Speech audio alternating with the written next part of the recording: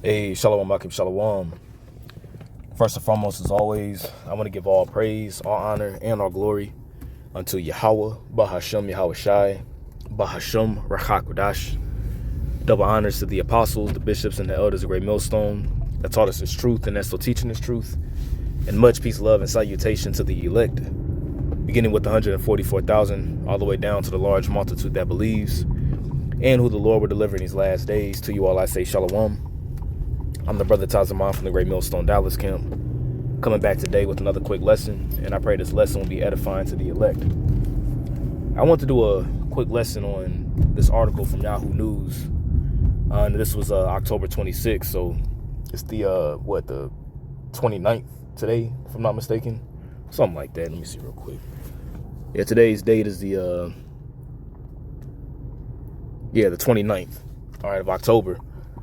And so this was, 3 days ago. But the article reads, or the title of the article reads, it says, lawmakers float a nationwide basic income experiment that will cover the cost of a 2-bedroom apartment. All right, lawmakers float a nationwide basic income experiment that would cover the cost of a 2-bedroom apartment, which immediately when I seen that title, it made me think of a UBI, which a UBI, all right, is a acronym for Universal Basic Income.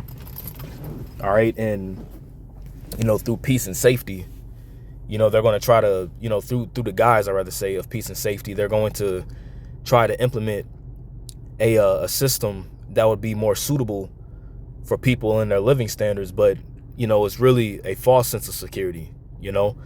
That's why the scripture says in Isaiah the 30th chapter, woe unto them that trust in the shadow of Egypt, that go down into Egypt for help and cover themselves with a covering, but not of my spirit. All right, because this definitely could segue into, the guise of, people thinking like, hey, a basic income experiment that will cover a 2-bedroom apartment that I could receive, a monthly stipend of a particular amount of money and a particular amount of food for 2 months, and I don't gotta work no more. That's gravy. That's cool. I don't gotta go to work. I'm gonna be chilling. But here it is. Esau is further squeezing you into his system of total control. This is why you have now, they're building these smart cities. These 15-minute cities. You have the implementation now of the digital ID, which is going to lead to the RFID microchip, which is the mark of the beast. Okay, so having a basic income, whereas it could cover your quote unquote your monthly spending, it could be looked at as a guise of something that's pleasing to the senses. But once again, it's a false sense of security. All right, let me get a quick precept real quick. Let's get Isaiah the 30th chapter. I quoted it earlier, but I want to go down a little bit on it. All right, this is Isaiah 30, and I'm gonna read verse 1, and then I'm gonna jump down. All right, this is Isaiah chapter 30, verse 1. It says, woe to the rebellious children, saith Yahweh, that take counsel, but not of me, and that cover with a covering, but not of my spirit, that they may add sin to sin. See, because even with this whole basic income experiment that you could do, it's further galvanizing the minds of people to rely and to trust in a system that's going to implode on them, specifically Jake, you so-called Negroes, Latinos, and Native Americans. Remember, the scripture says that he had 2 horns like a lamb. All right, but he spake as a dragon. And they showed you before with the whole PDM situation with the COV to the I to the D 19, okay, and how they was giving out stimulus checks. That was all just a precursor of something to come. Okay, let's jump down to verse 12. It says, wherefore thus saith the Holy One of Israel, because ye despise this word. And how do you despise the word? By despising the men that the Lord set out to teach his word, to speak his word. Because ye despise this word and trust in oppression and perverseness and stay the run. You see, they trust and they stay and they rely upon perverseness and oppression. Okay? It says, therefore, this iniquity shall be to you as a breach ready to fall, swelling out of a high wall, whose breaking cometh suddenly at an instant. You see, and you clearly see that they are imploding this system. They're systematically and on purpose, I rather say purposely crashing the dollar. You have the benefits that are getting ready to be cut off next month. So you clearly see that this is a systematic implosion that's happening, because they're ushering in a new system. And with this new system, they're going to have UBIs, universal basic income. Why do you think all these jobs are now being slashed? Amazon laying off, 600,000 workers. Target laying off, 1,800 workers. You have all these mass layoffs taking place. Why do you think that's the case? It's because they're ushering in a new system, but it's going to be to the destruction of our people that trust in it. Let's read verse 13 again. Let's read it in the NLT, actually, verse 12 and verse 13, then we'll get to the article. This is the reply of the Holy One of Israel. Because you despise what I tell you and trust instead in oppression and in lies, you see, calamity will come upon you suddenly, like a bulging wall that bursts and falls. See, so just imagine you got a dam, okay, and you got a leak in a dam. All right, you have this big crack in the dam, and behind the dam is a lot of water. So if it comes crushing through, or if the wall breaks, I'd rather say that water will destroy anything in its path. So it says, like a bulging wall that bursts and falls. In an instant, it will collapse and come crashing down. And that's how the system is gonna fall. It's gonna come crashing down in an instant. All right, so let's see if they have an AI playback of this. Let's see. This AI playback is powered by Chrome. A guaranteed basic income pilot program that would cover the cost of a 2-bedroom apartment is being proposed. What are the key aspects of this initiative? According to Lauren Edmonds, a New Jersey lawmaker is reintroducing a bill to establish a 3-year guaranteed basic income pilot program. It would provide 10,000 Americans with monthly payments sufficient to cover the rent of a 2-bedroom home, aiming to offer a safety net against economic instability and job losses. How does a guaranteed basic income differ from a universal basic income? And what is the rationale behind this specific approach? A guaranteed basic income targets a specific demographic with recurring, unrestricted payments. This contrasts with a guaranteed basic income. It will be a recurring payment, but a guaranteed basic income can and will translate to a universal basic income. Okay? A universal basic income, which would distribute payments to an entire population. The lawmakers believe this program could protect Americans from the potential impact of increasing automation and advancing AI. What are some of the political challenges and criticisms facing the implementation of such a program? While Democrats generally support a basic income, some Republicans have voiced concerns over the cost and potential.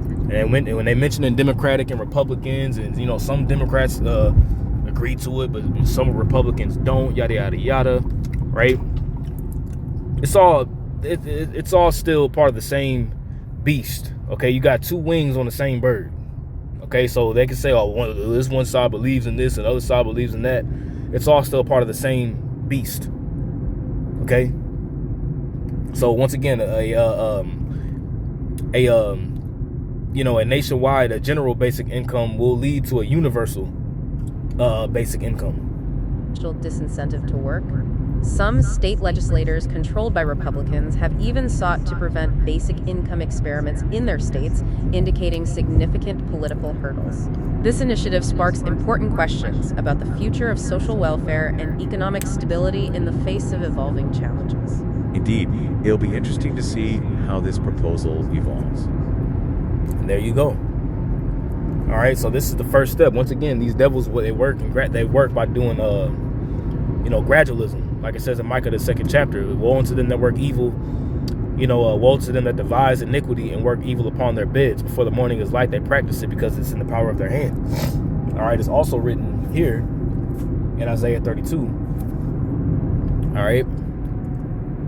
Isaiah chapter 32, excuse me, verse 7. It says, the instruments also of the churl, which the churl is a conniving. That word, when you get that word churl in the Hebrew, is connive. And a conniving person is a somebody who is untrustworthy. You can't really trust what they say. All right, it's a unresponsible person, an unfair person, I'd rather say. So it says the instruments. Let's get this word instruments. All right, that word instruments is kaliyah or kaliyah. All right, and it says at the top here, it says utensil, implement, apparatus, implement of hunting. Hey, remember the elites are squeezing everybody into this cattle squeeze. They're hunting with their net to ultimately administer the medicine. They're causing the problem, all right, to get a reaction, and they already have a solution. And it's heavy because that word utensil or implement also makes me think of, the device that's going to be used to implement the MOTB, the mark of the beast, the RFID microchip. So it says the instruments also of the churl are evil. He deviseth wicked devices to destroy the poor with lying words. We can have a general basic income. For low income families, you can get a monthly recurring payment that'll, pay for your pay up to a 2-bedroom apartment. And Jake will eat that up. Jake will look at that as welfare. But in order for you to get this reoccurring payment, you gotta have this microchip. You got to be down with the system, and then it's going to be a universal thing, whereas everybody will be plugged into the system. You're going to eat what they're going to tell you to eat. You're going to have a universal basic income. You're going to have a social credit score. They're going to be able to shut your ass down anytime that they want. They'll be able to deduct everything, out of that chip. Okay, the instruments also of the show are evil. He deviseth wicked devices to destroy the poor with lying words, even when the needy speaketh right. You see that? And you kind of had the same thing that happened, when you get Genesis, the 47th chapter. All right, whenever there was a famine, you had the people that came, down to Egypt, and they pretty much eventually was like, man, look, it got so bad. It was like, man, look, we'll sell our land. It got to the point where we'll sell our cattle. It was like, well, we'll sell ourselves. We'll read it. Genesis 47, and we'll start at verse 13. It says, and there was no bread in all the land, for the famine was very sore, so that the land of Egypt and all the land of Canaan fainted by reason of the famine. And Joseph gathered up all the money that was found in the land of Egypt and in the land of Canaan, for the corn which they bought. And Joseph brought the money into Pharaoh's house. And when the money failed in the land of Egypt, you see, so they had got money, and then the money ran out, right? And when the money failed in the land of Egypt and in the land of Canaan, all the Egyptians came unto Joseph and said, give us bread, right? Give us bread. For why should we die in thy presence? For the money failed us. So eventually the money ran out. So it was pretty much like a stimulus that was being given out. So eventually the money ran out. Let's actually read this. Let's read this in the NLT. Let's just read this in the NLT. Verse 16. It says, Joseph replied, since your money is gone, bring me your livestock. I will give you food in exchange for your livestock. See, so it was more so that, more of people's belongings were being stripped. You see, so they brought their livestock to Joseph in exchange for food. See, in exchange for food, right? In exchange for their horses, flocks of sheep and goats, herds of cattle, and donkeys, Joseph provided them with food for another year. So people had to pretty much give up their belongings. They had to give up their wealth, their property, right? It says, but that year ended, and the next year they came again and said, we cannot hide the truth from you, my lord. Our money is gone, and all our livestock and cattle are yours. We have nothing left to give but our bodies and our land. So he was like, man, look, we don't got no more cattle. Only thing left that we can give you at this point is literally our bodies, you know, and the lands that we have for food. Mind you, this is all for food. Verse 19. All right, it says, why should we die before your very eyes? Buy us, and that's pretty much, you know, they were selling themselves into slavery, right? And this is, once again, this is like an example. It says, buy us and our land in exchange for food. We offer our land and ourselves as slaves for Pharaoh. Just give us grain so we may live and not die, and so the land does not become empty and desolate. So they got to the point where the famine was so bad that they offered to give up their lands for food as well as themselves for food. You see, so it could be the same way with the chip. It'll be so bad that people are going to be in such tight positions that they will give up their own selves, their bodies, to the microchip, to get microchipped, I'd rather say, just so they can eat. Verse 20. So Joseph bought all the land of Egypt for Pharaoh. All the Egyptians sold him their fields because the famine was so severe, and soon all the land belonged to Pharaoh. You see, and this is really how Pharaoh in Egypt really, you know, became rich, you know, because pretty much all the roundabout nations had to go to Egypt. Specifically, they had to go to Joseph for food. You see, it says, verse 21, as for the people, he made them all slaves. You see, he made them all slaves from one end of Egypt to the other. So he pretty much enslaved everybody. Everybody had to become slaves. In order for you to be food, you had to sell all your lands, and you had to sell yourselves into slavery. It says, the only land he did not buy was the land belonging to the priest. They received an allotment of food directly from Pharaoh, so they didn't need to sell their land. You see, because the priests were taken care of, right? Then Joseph said to the people, look, today I have bought you and your land for Pharaoh. I will provide you with seed so you can plant the fields. You see, so remember, because at this time, you know, there was Joseph, he had the dream of 7 years of plentifulness and pretty much of the land being bountifulness, and then 7 years of famine. You see, and with the 7 years of famine here, they had stored up seeds. And you even have Esau now, you know, that's doing this wickedly on the left-hand side where he's storing up seed. He got all kinds of seeds stored up. You know, he'll give these farmers like Roundup ready seeds, but he has all kinds of seeds and everything stored up on his side. Verse 24 says that when you harvest it, 1/5 of your crop will belong to Pharaoh.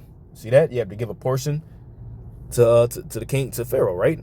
It says you may keep the remaining 4/5 as seed for your fields and as food for you, your households, and your little ones. It says, ye have saved our lives. You see, you saved us. They exclaimed, may it please you, my lord, to let us be Pharaoh's servants. Joseph then issued a decree still effect. Let me read this again. Joseph then issued a decree still in effect in the land of Egypt that Pharaoh should receive 1/5 of all the crops grown on his land. Only the land belonging to the priest was not given to Pharaoh. You see, so it was pretty much a collective control of everything. Everything. See, so it got so bad, it was like, man, look, the money ran out. They had to sell their cattle. They had to sell their cattle for money, for food, you know. Eventually, that food ran out for a year. And then it got to the point where they had to sell their lands and themselves. Gradualism. You know, the scripture says in Proverbs 22:7, all right, it says, the rich ruleth over the poor, and the borrower is servant to the lender. You see that? This general basic income, which will lead to a universal basic income, is you borrowing from them lending to you, and you are their servants at that point. The borrower is servant to the lender. Let's read it in the NLT. Just as the rich rule the poor, right? So the borrower is servant to the lender. And that's what they want to do with this universal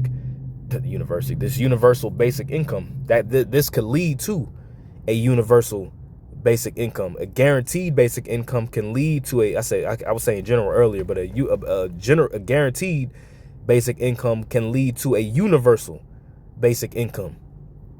A 2-bedroom apartment, you don't got to work, everything paid for. That will cause people to be like, oh yeah, I'll do that. And once again, the whole thing with the stimmies, that was the key to get people used to it. You see? So I just want to do a quick lesson on this. I pray this lesson was edifying to the elect. Once again, I want to give all praise, honor, and glory to Yahweh, Ba'ashem Yahweh Shai, Ba'ashem Chakwadash. Double honors to the apostles, the bishops, and the elders, a great millstone that taught us his truth and that's for teaching his truth, and much peace, love, and salutation to the elect. Until next time, Lord willing, I say shalom.